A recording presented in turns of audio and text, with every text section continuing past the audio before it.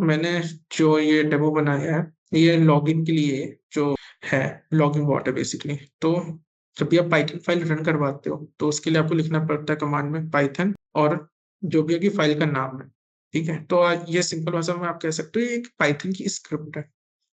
You can see that browser just open on its own, and soon it will fill my pass login ID and password.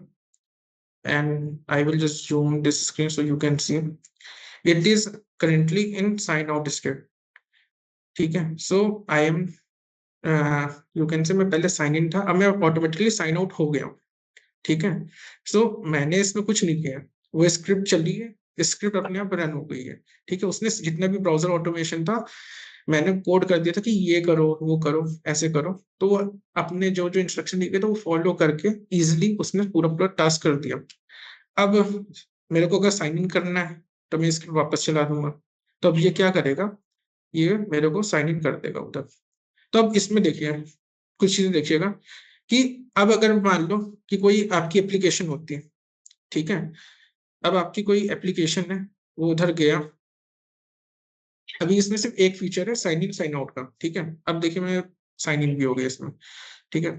अब कोई feature था sign in and sign out का, तो अब आप ये सोचिए कि छोटी एप्लीकेशन में साइन इन साइन आउट है, आप मैनुअली जाके टेस्ट कर लोगे, ठीक है। अब आप मैनुअली टेस्ट कर रहे हो, 2-3 बटन थी, आपने टेस्ट कर लिया, आपको कितना लगा, 5-10 मिनट लगा। अब इसी में बहुत सारे फीचर डाल दिया आपने, साइन इन डाल दिया, लीव एप्लीकेशन डाल दिया, लीव आप अप्लाई कर सकते हो, छोड़ सकते हो, दूसरी दूसरी चीजें आप पोस्ट कर सकते हो या फिर चैट कर सकते हो, बहुत सारे फीचर कर दिए। मान लीजिए आपने कुछ अमेजोन जैसी वेबसाइट ही बना दी, अब उसमें बहुत सारी चीजें, बहुत सारे बटन है, बहुत ऐसी फंक्शनैलिटी है।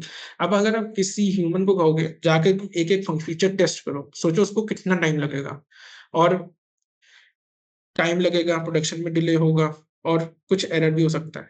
तो सम टाइम अगर आपने इसको ऑटोमेट कर दिया, आपने स्क्रिप्ट चला दी, वो बैकग्राउंड में चलती रहेगी, आप तब अपना दूसरा काम करो, तो वो पूरा पूरा टेस्ट कर लिया। अब इसको आप मॉडिफाई भी कर सकते हो कि आपने पूरा पूरा टेस्ट कर लिया, अब कहीं जहां जहां पे एरर आ रहे हैं, आप उसको क्या करो, लॉक करो, और फिर उसको क्या करो, अपने जीमेल अकाउंट या किसी भी मेलिंग अकाउंट में क्या करो, ईमेल को सेंड कर दो। तो आप ये फीचर उसमें एडिशनल लगा सकते हो। अब मैं थोड़ा सा बता देता हूँ कि करंट कोड में हल्का हल्का कैसे क्या चीजें वर्क करती हैं। तो मैंने सेलेनियम टूल यूज किया। अब जो सेलेनियम होता है बेसिकली क्या करता है, वो आपका फ्रेमवर्क कह लीजिए या फिर एक लाइब्रेरी कह लीजिए, जो आपका वेब ऑटोमेशन में हेल्प करता है। वेब ऑटोमेशन कैसे वर्क करता है, इसके पास कैपेबिलिटी होती है ब्राउजर को लॉन्च करने की, और उसके अंदर जितनी भी चीजें होती हैं उसको कंट्रोल करने की, जैसे की स्ट्रोक्स हो गए आपके, या फिर क्लिकिंग हो गई, माउस मूवमेंट हो गया, सब। तो ये फंक्शनैलिटी हमको सेलेनियम देता है। पाइथन में प्ले राइट एक और लाइब्रेरी है जिसको आप यूज कर सकते हो इसी काम के लिए। तो अब मैं थोड़ा बता देता हूँ कैसे किया। मैंने सिंपली क्या किया है, मैं उधर गया हूँ, तो जितनी भी वेबसाइट होती है वो HTML में लिखी होती है, ठीक है। तो जो HTML टैग्स होते हैं और एलिमेंट्स होते हैं, उनको हम लोग एक्सेस करते हैं टैग्स, नेम, आईडी, क्लासेस से। तो मैंने सिंपली एक एक टैग उठाया है, उसके ऊपर मैं गया हूँ, एक एक टैग के ऊपर फिर जो जो ऑपरेशन करने थे मैंने वो कर दिया, जैसे कि एंट्री कर दी, बटन क्लिक करना साइन वाला, वो मैंने कर दिया। तो ये सिंपल वही है कि आप टैग उठा रहे हो, उसको कर रहे हो। ये सिंपल चीज है ऑटोमेशन टेस्टिंग में, ठीक है। अब इसको अगर और एडवांस करना चाहते हैं तो आप क्या कर सकते हैं कि कोई एरर आया, मान लीजिए स्क्रिप्ट नहीं चली, तो यहाँ से वो एग्जिट कर जाता है कोड से। तब यहाँ पे क्या कर सकते हो, आप अपना जीमेल इंटीग्रेट कर सकते हो कि जैसे ही एग्जिट हो जाए, कुछ एरर आ जाए, आपके पास मेल चली जाए कि अच्छा, you are enable to sign in due to this issue, ठीक है। तो this is can be a good automation which you can try on your own.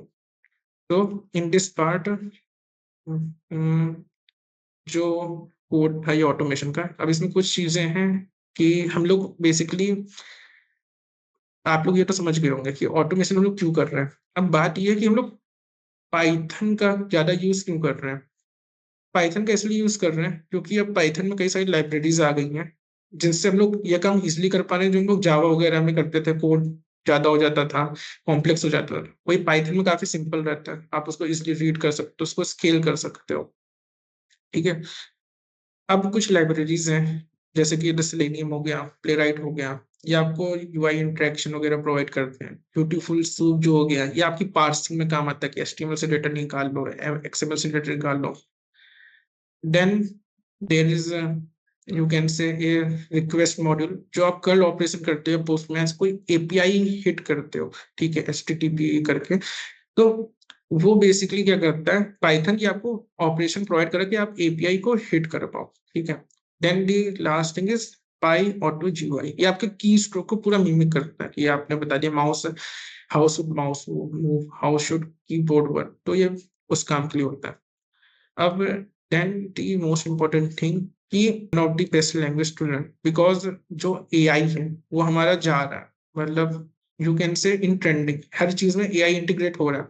अब एआई इंटीग्रेट हो रहा है तो हम लोग क्या यूज कर रहे हैं, इंटीग्रेट मतलब पाइथन यूज कर रहे हैं। अब पाइथन यूज कर रहे हैं तो अब अगर हम किसी एक एप्लीकेशन को दूसरी एप्लीकेशन से कनेक्ट करना चाहते हैं तो सबसे अच्छा क्या रहेगा कि हम लोग अगर एआई को इंटीग्रेट कर रहे हैं अपने बैकएंड से, तो बैकएंड किस में हो, पाइथन में, तो ज्यादा सही है, क्योंकि फिर हम लोग उसको अच्छे से इंटीग्रेट कर पाएंगे। हम लोग ये हैंडल नहीं करना पड़ेगा, चलो अब ये एआई बना दी, एआई का इंटीग्रेशन या कोई चैटबॉट का कोड है, इसको हम लोग यहाँ पे लिखे, फिर हम लोग उसके लिए एक एपीआई बनाए जो हमारे बैकएंड से कनेक्ट करें, फिर लोग बैकएंड के लिए एपीआई बनाए। ऐसा तो हम लोग कुछ उसमें नहीं करेंगे।